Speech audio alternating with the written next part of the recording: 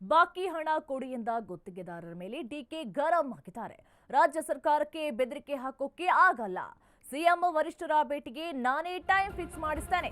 ಗುತ್ತಿಗೆದಾರರ ಮೇಲೆ ಡಿಸಿಎಂ ಗರಂ ಆಗಿದ್ದಾರೆ.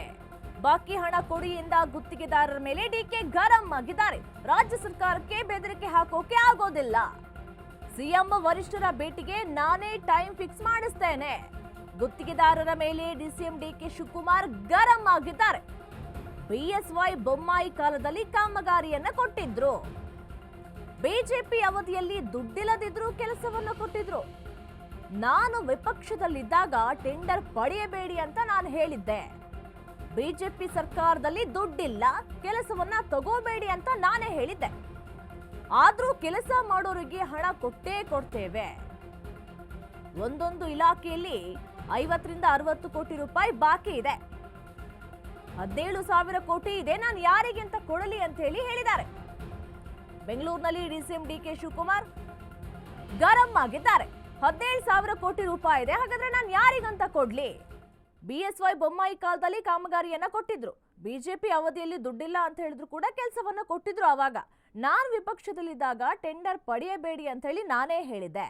ಬಿಜೆಪಿ ಸರ್ಕಾರದಲ್ಲಿ ದುಡ್ಡಿಲ್ಲ, ಕೆಲಸ ತಗೋಬೇಡಿ ಅಂತ ನಾನು ಹೇಳಿದ್ದೆ. ಆದರೂ ಕೂಡ ಕೆಲಸ ಮಾಡೋರಿಗೆ ಹಣ ಕೊಟ್ಟೇ ಕೊಡ್ತೇವೆ.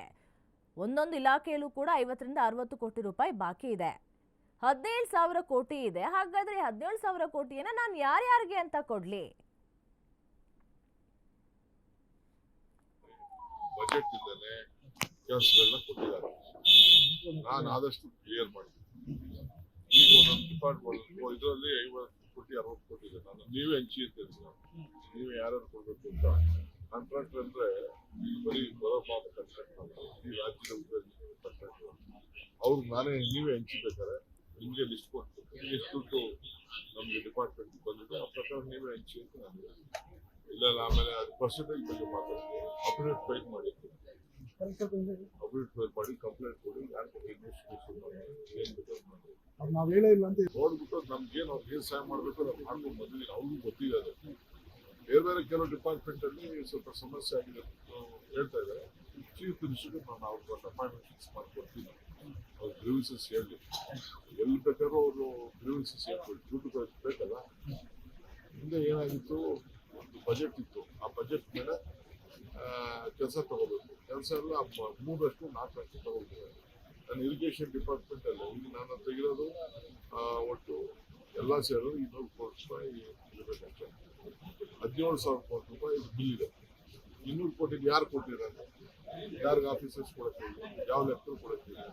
ನಾವೆಲ್ಲ ಕೋಪ 25 ಲಕ್ಷ 50 ಲಕ್ಷ 60 ಕೋಟಿ ಇವೆಲ್ಲ ಕೊಡಬೇಕು. ಒಬ್ಬೊಬ್ಬ ಕಂಟ್ರಾಕ್ಟ್ಗೆ ಕಂಟ್ರಾಕ್ಟ್ಗೆ 2,000 ಕೋಟಿ ರೂಪಾಯಿ ಕೊಡಬೇಕು. ಅವರೆಲ್ಲ ಬಹಳ ರಿಸಲ್ಟ್ ಬಿಲ್ಡಪ್ ಮಾಡ್ತಾರೆ. ಅದು ನನ್ನ ಹತ್ರ ಅದನ್ನ ನಾವು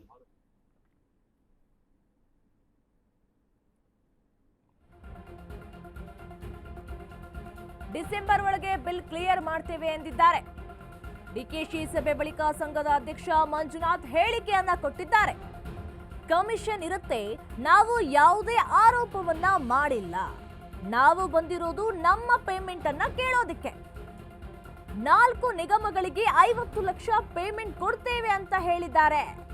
50 ಲಕ್ಷದವರೆಗೂ ರಿಲೀಸ್ ಫಂಡ್ ನಲ್ಲಿ ಕೊಡ್ತೀವಿ ಅಂತ ಅಂದಿದ್ದಾರೆ.